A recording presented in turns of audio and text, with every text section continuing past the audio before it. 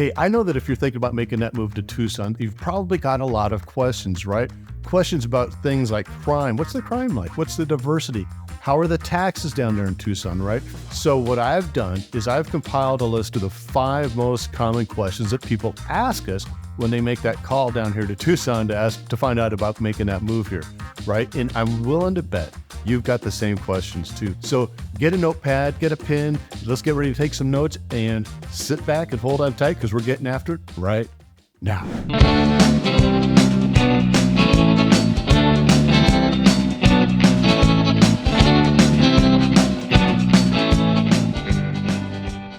What's up, everybody? This is Paul Dunn. I'm a local real estate agent with eXp Realty right here in Tucson, as well as a licensed mortgage originator with Nexa Mortgage. So I've basically got you covered on both sides of the ball when making that move here to Tucson. Now, if this is your first time with the channel and you want to know everything there is to know about eating, sleeping, working, chilling, and just living in the old Pueblo, then go ahead and tap that little subscribe button, ding that little bell, and you'll be among the first to be notified anytime we drop a new video. Now, Darcy and I get calls every single day from folks just like you who are thinking about making that move here to Tucson, and we absolutely love it. So if Tucson's on your radar for your next move, then go ahead and shoot us a text message, give us a call, email, whatever. Just reach out to us because we've got your back when making that move to Tucson.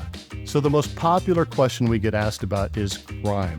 People moving here, whether they're relocating or they're seniors, I mean, everybody asks it. Move up buyers, first-time home buyers, they all want to know, is Tucson safe, or is there even a safe place to live in or around Tucson, right? I mean, when we're showing houses, it always pops up. It says, "Hey, Paul, is this place safe?" "Hey, Paul, is this area safe?" I mean, they always ask it.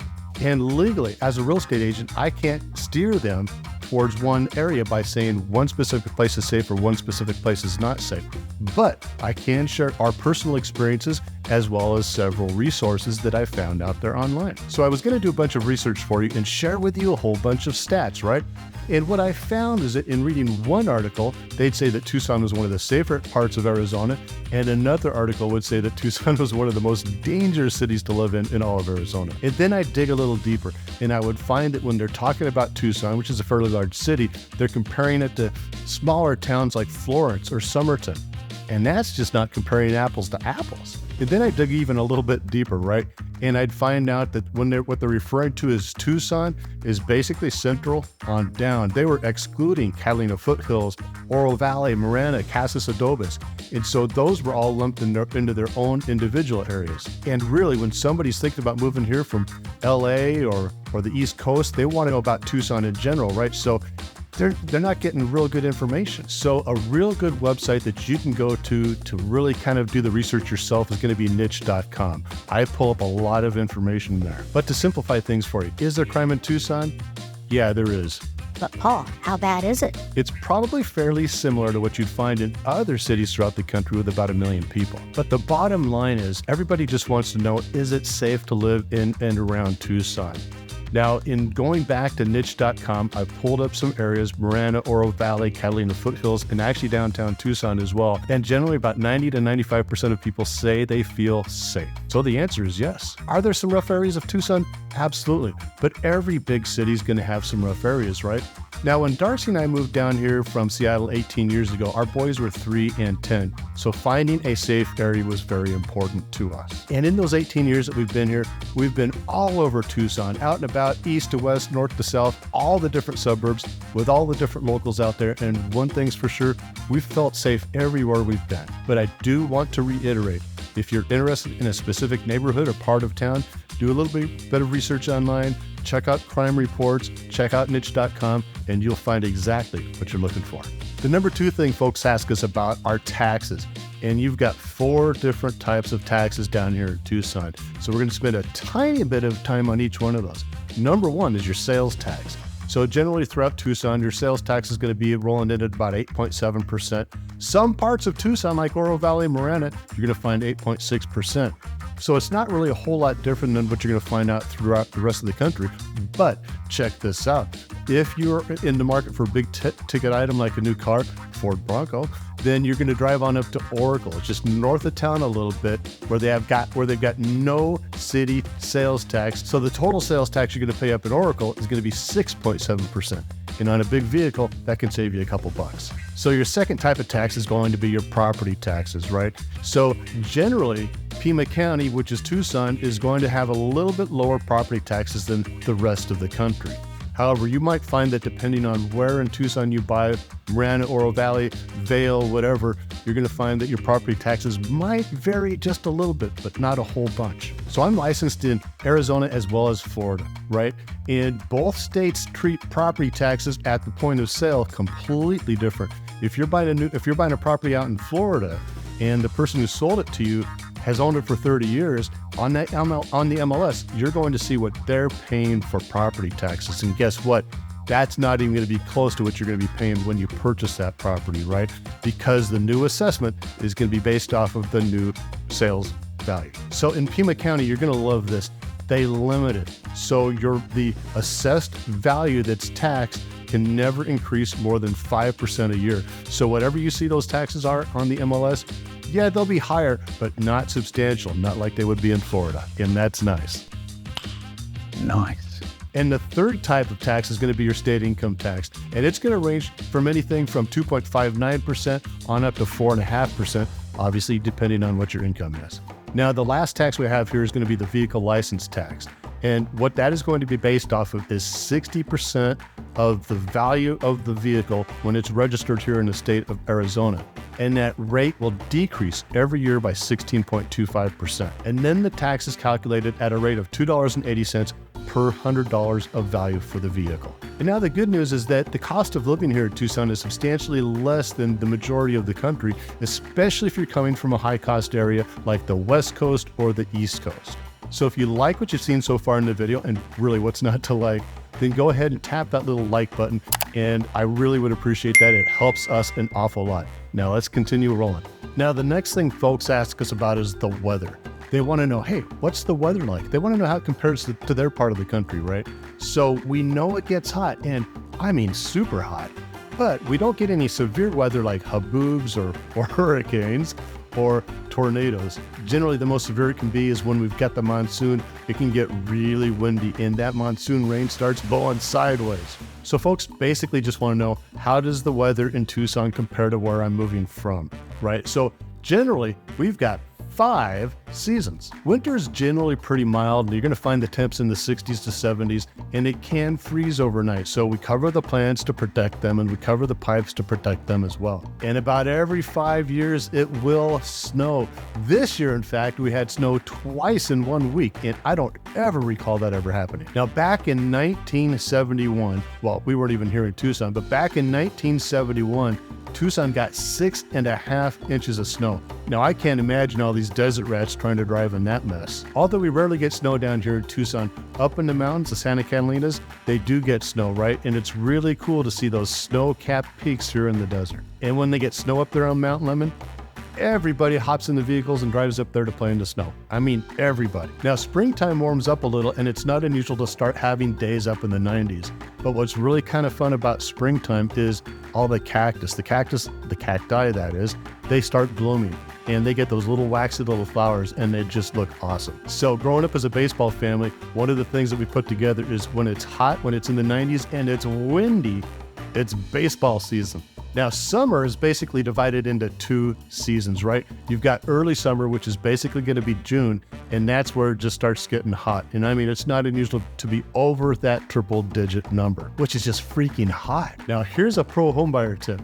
Avoid buying a home where the backyard faces west or your main bedroom faces west, because that bad boy will turn into a brick oven. I always feel bad for those poor folks who move here from a cold climate and they don't know about the western exposure thing, and they end up buying a house that has their main bedroom on that western side of the house or their backyard facing south, and man, they must feel like bacon fried in the frying pan. Although we get a lot of 100+ days here in Tucson, a lot of times when we're showing homes to folks in the midst of summer who are moving here from a colder area, they say, man, I can't believe it's 100 degrees out. Back home when it was 80 or 85 or 90, we were dying and we were sweating and we're just covered in sweat. But here, you've got something called a dry heat and you just don't feel it. So 100 is pretty, you could deal with it. The secret to surviving in that 100-degree heat is always have some water with you and have access to shade. Then we've got the late summer, which is basically going to be the end of June through the end of September. And that's what you call the monsoon, right? Now, when the monsoon hits, it could be 100 degrees out, 105 degrees out, and then all of a sudden, you see the clouds circle the Santa Catalina Mountains, and then in the distance, you're going to see some thunder and lightning, and then you've got a little bit of wind, and then you see the bushes out there in the backyard dancing, and you start to smell the rain, and basically that smell of a monsoon is the creosote plant that is getting wet and draining and dripping into the ground. And when that happens, you know that it's just literally minutes away from having that massive monsoon storm. And it's kind of cool because it can go from being well over 100 degrees to 75 in just a matter of minutes. But that does bring up a lot of humidity, and it brings up those nasty little flying bug things that if you're a runner the next day, you get them sticking all over your face. But I got to tell you, the monsoon is really cool. People get excited for it. And if you do get some of that wind in the monsoon time, that rain is going to blow left and right, and it's going to be super stormy. And then we've got fall, right? And fall is one of the most pleasant times of year here in Tucson. It really just brings us relief from all that summer heat. But the fall never really gets cold. Now, I remember when we lived up in Seattle, we'd take the kiddos trick-or-treating, right? And we'd be bundled up in our heaviest jackets, and we've got that cap on, and we're just out there freezing. And man, after about 30 minutes, we're going, dang, I think it's time to head back to the house, right? Now, here, when you're taking the kiddos out trick-or-treating, you're going to be wearing shorts and flip-flops. A lot of folks that reach out to us want to know, hey, Paul, what's the diversity like out there in Tucson? Now, I think that if you compare Tucson to other cities across the country of similar size, that we're going to be a little bit more diverse than most of those other cities. And I know what you're thinking. Why? I think one reason is Tucson's location. I mean, we're located pretty darn close to the Mexican border, which has had a significant influence on the culture of Tucson. And what's really awesome is you can see that Hispanic influence all over the place, from cuisine to music to festivals and a whole lot more. Now, talking about festivals, the All Souls Procession, it's the first weekend of November, is definitely something to go check out. And having the University of Arizona here, as well as the Davis-Monthan Air Force Base, draws people from not only all over the country, but all over the world. And it's actually kind of funny because you could be hanging out at one of those restaurants downtown in Congress, which, by the way, are awesome. And it wouldn't be unusual to hear maybe 2, 3, or 4 different languages going on at the same time. And it's also believed that Tucson is the oldest continually inhabited place in North America, dating back 4,000 years. And you'll find that area in the Mercado district. And what's also cool is you do get a lot of retirees that come down here, not only from all over the country, but from all over the globe. We recently did one from somebody who relocated here from France. Something else that's really cool is that Tucson's been designated as a UNESCO, I think I said that right, City of Gastronomy, which really takes into consideration tying in the culture to the cuisine of this great city. Bottom line is you get all different types of people that come here to live in Tucson. They're drawn to different lifestyles and to the Tucson vibe in general. So there's a good chance you're going to find a community that you're going to fit in. Now, I also find that Tucsonans, as a general rule, are also very friendly. When people really ask us about the diversity of here in Tucson, what they really want to know is, are we going to be accepted here? Will we find a community of people that we can fit in with? And will their kids be exposed to other cultures, other thought processes, and other beliefs? Now, after living here for the past 18 years, I can definitely say yes. The fifth thing folks ask us about is critters and wildlife. And I got to tell you, we get a lot of critters, we get a lot of wildlife, we got some good insects too, by the way. As far as animals go, you're going to see some white-tailed deer, you're going to see coyotes, and in fact, if you live along the outskirts of town, maybe Marana, Oro Valley, whatever, and you have small puppies, small dogs, make sure that you always keep an eye on them, because the coyotes have been known to come and take them away. But what's cool about the coyotes, if you like to sleep with your window open, you can hear them howl sometime in the middle of the night. It's kind of cool. And everybody's favorite, javelinas, spelled javelina, but it is pronounced javelina. And I gotta tell you, the javelinas, man, they stink. You can smell them a mile away, it seems like. And they like to knock over garbage cans. So there are certain neighborhoods where you do not want to put your garbage out the night before. Otherwise, you'll be picking it up. And if you like to go hiking, you might even run into some wild horses if you're hiking north of town. And we get lots of reptiles, man. Tucson is known for its reptiles. We got the spiny lizard, the Gila monster, and desert tortoise, and lots of varieties of snakes. I mean, Everybody knows we've got rattlesnakes. And by the way, if you do have dogs, I highly suggest spending, I think it's $120, and get your dog rattlesnake trained so that they can recognize the scent of a rattlesnake and keep you and it safe from approaching it. Now, I've also seen king snakes, and even one time I saw a red racer snake, and man, I couldn't believe how fast that thing is. And lots of birds, man. Tucson is a bird lover's paradise. We've got over 500 species of birds. We're talking hummingbirds. We've got hawks. In fact, just outside of my subdivision, there is a hawk nest right at the gate. It's got 5 baby hawks in it, and the mama hawk, man, she's brutal. She is keeping an eye on it from every other tree out there. And if you get too close, she'll come swoop you and knock you on the side of the head. And then we've got owls, hummingbirds, and roadrunners. And if you're not careful, sometimes those hummingbirds might end up in your house. So if that does happen and you have a pool, the easiest way to get it out of the house is have your pool skimmer, raise it up to the hummingbird. It'll go sit on that thing, and then you can gently lower it and get it out of your house. And then we got bugs, man, and the bugs can get pretty big here. We got them big beetles, and you got tarantulas. I mean, the size of my hand, a tarantula. So we've actually even had a tarantula in the house before. We got it out nice and gentle and let it go. They're actually kind of cool. They're very docile, and they are very territorial as well. And then we've got scorpions, and man, those things are just nasty. And lots of butterflies. And then we've also got the spadefoot toad. We've got Colorado toads as well, but the spadefoot spends most of its time underground and only comes out after those heavy monsoon rains, and those monsoon rains form pools where they go live in. All right, so I hope you found those 5 common questions that people ask us when they're thinking about making that move here to Tucson helpful. And again, if this is your first time to the channel, go ahead and click that subscribe and ding that little bell. We'll make sure that you get notified every time we drop a new video. Now, if you are thinking about making that move to Tucson or any of the areas here around Tucson, Miranda, Oro Valley, Catfoot, whatever, then go ahead, drop us a line, send us a text message, give us a call. I mean, you can even use that Calendly link below to schedule a Zoom meeting with us, because we'd love to help you out, and we got your back when moving to Tucson.